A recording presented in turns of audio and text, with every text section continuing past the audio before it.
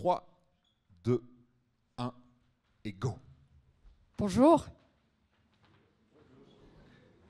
Avez-vous déjà rêvé d'avoir un super pouvoir? Bon, dans ce cas-là, devinez le mien. Difficile, hein, n'est-ce pas? Bon, mon super pouvoir, c'est qu'un jour, mon oreille est devenue un flacon d'huile d'olive. Oui, vous avez bien entendu, hein? Un flacon d'huile d'olive. Bon, pour vous mettre dans le contexte, revenons quelques années en arrière, au Khartoum, la capitale du Soudan. C'était un samedi, typique, caniculaire, sous 45 degrés. Bon, je me souviens, ce jour-là, on était tous réunis.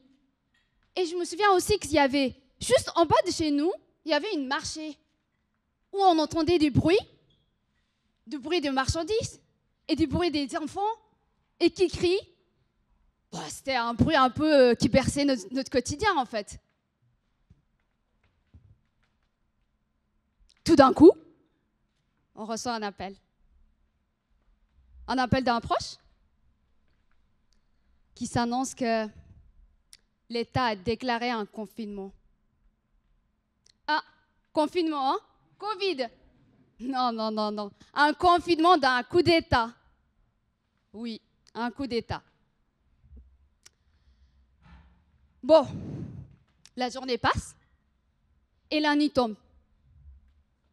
Coupure d'électricité.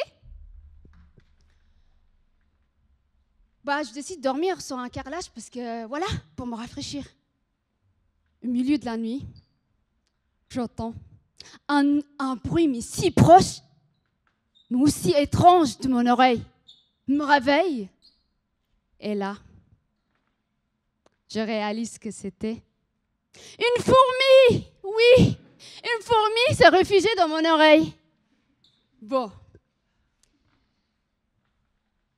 à chaque tentative que j'essayais d'enlever cette fourmi, mais la douleur,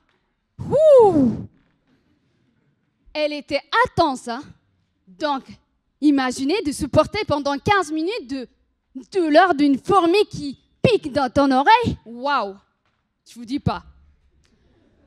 Mais là, je vois ma mère, je lui dis, hey, on y va à l'hôpital, faisons quelque chose. Ma mère me rappelle que non, c'était impossible. Sortir nous coûtera une vie. Bon, tout d'un coup, ma mère disparaît et elle vient avec 1 kilo d'huile d'olive. 1 kilo d'huile d'olive? Bon, j'avais pas d'autre choix que d'accepter. Hein. Bon, elle arrive. Huile d'olive, 1 kilo d'huile d'olive. Clou, clou, clou, clou. Ah, mon oreille. Oui. Bon, problème. Huile d'olive et fourmi. Bon, ça fait trop pour mon oreille. Donc, là, je décide de la sortir. Mais la pauvre, elle était en train de subir une tsunami d'huile d'olive. Imaginez. Ah bon. Donc, j'essaye de secouer ma tête. Mais la pauvre, ça ne lui suffit pas encore une fois. Tremblement de terre. Et là, je reste à ma position de secouer ma tête, restant pendant 2 heures. Imaginez la situation. Bon, finalement, la fourmi, elle n'avait pas de choix de sortir de ce confinement. Et là, j'ai pu enfin dormir. Mais, pour une petite histoire, que voilà, nous sommes là aujourd'hui devant vous, devant la Lula, pour partager notre histoire de résilience. Aussi, c'était une histoire d'une soirée mouvementée, mais aussi une histoire d'une vie, toute une vie.